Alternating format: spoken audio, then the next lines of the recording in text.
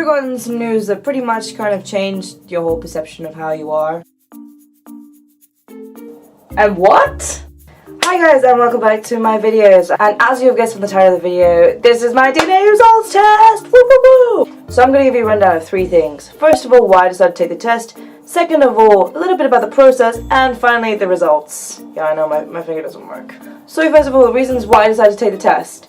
As you guys know from my channel, if you guys have been following me, I'm a Chinese adoptee.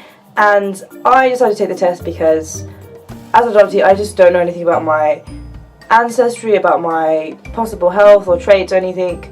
So really for me a DNA test was something, an insight into who I am, I guess, an insight to where I come from and what my parents might have been like and things. It was really a desire to know one's origins and things.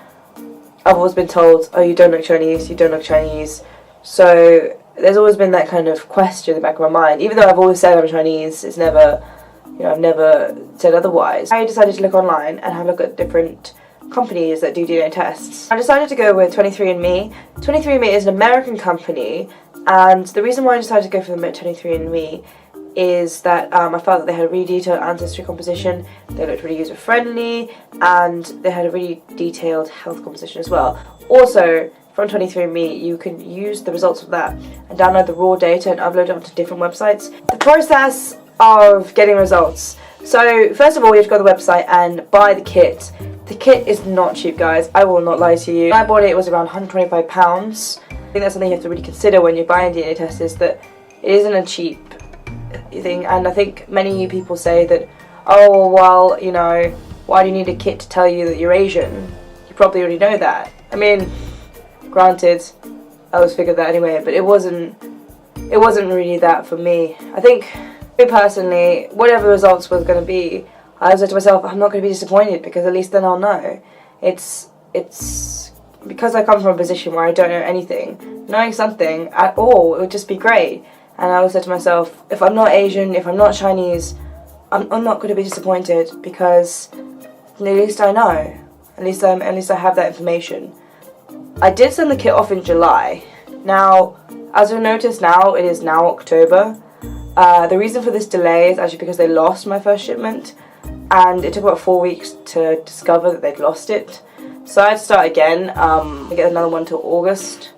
So I sent it off in about September, I think. So it's about 4 to 6 weeks.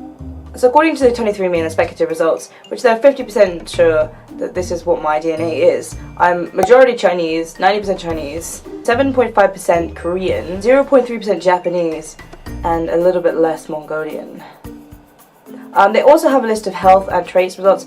Luckily, I was really glad to see that I didn't have any inherited condition. I was interested to find out that it said I'm most likely lactose intolerant. As we know with genes, that you can possess genes, but obviously it depends on environment and factors things which genes get turned on and off. So obviously, even though I may possess these genes, these may not exactly apply to my life. Also on 23andMe, is the option of finding your relatives. Well, the most interesting thing about finding out that I'm part Korean was the fact that most of my relatives were other Korean adoptees. Which is interesting because I'm a Chinese adoptee, but most of my close relatives, which were 3rd to 6th cousins, were Korean adoptees. I didn't find anything, obviously, any kind of close relatives, but I didn't expect to. I decided to upload my results to Weijin. Weijin is a Chinese company which specifically deals with Asian origins and others, but it has a much larger database than 23andMe. And one of the main reasons I want to go with 23andMe actually was the fact that I was really keen to upload it on Weijin. Came back with only 79% Chinese. I really think that between this variation, I'm somewhere between 60 to 90% Chinese. The other half, it said that the other half was entirely Korean. So I am 1/5 Korean. Now, the reason for this variation within these results isn't exactly clear, but I can say that Weijin does have a much larger database for Asian ethnicity and Asian origins. So in some ways, I feel like I'm more inclined to say that this might be more accurate. That it is undeniable that both tests have confirmed that I am at least part Korean, which was kind of a pretty big surprise for me. I'd never really thought about it. What was interesting as well about Weijin is the fact that it said that I was Northern Han, which would explain the Mongolian as well, and a tiny little bit Shi. So it's pretty interesting now to look into the history of how Chinese and Koreans cross over as well, and I guess it's something I'm going to look forward to looking into in the future. So with regards to about how I feel about now being Chinese and Korean, is I know that there's definitely a good chance that I am somewhere between 7% and a fifth Korean. So possibly even my grandparents, or even just further back than that, I could be Korean. With regards about how I feel, I'll be honest guys, not that different. You know, I think what's going to change now is that when people ask me what ethnicity I'm going to say Chinese and Korean. Some people have asked me saying that, do you feel less Chinese now knowing you're not full Chinese? No, I don't personally, because I know I'm still between 60 and 90% Chinese. I'm still Chinese. Just because I'm now Korean doesn't mean that I'm not Chinese anymore. I can be both. I think in some ways I'm now probably going to use this opportunity to discover more about my Korean side. You know, it's going to be a great opportunity to meet even loads more food, travel more places, and maybe even learn the language. Sounds pretty cool. And I guess it's pretty cool. And you know, I guess in the end of the day, now I kind of feel how everyone else feels, that now I know, it's just a fact. It's not something that I agonize over anymore. I used to think about it for ages. Now that quest is over, and I guess that's been fulfilled.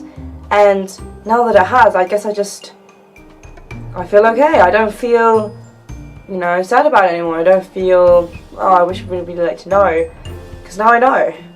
If you guys have any questions for me or any questions about DNA results, feel free to drop in the comment below. Don't forget to like, subscribe this video. And I don't know if you guys know, but I have Snapchat now. Don't forget to add me on Snapchat, which is Now I Am Here. And also, don't forget to check out my interview, which I did recently, with our China stories about being a Chinese adoptee in the United Kingdom. Okay, thanks so much for watching this video, guys, and hopefully see you soon.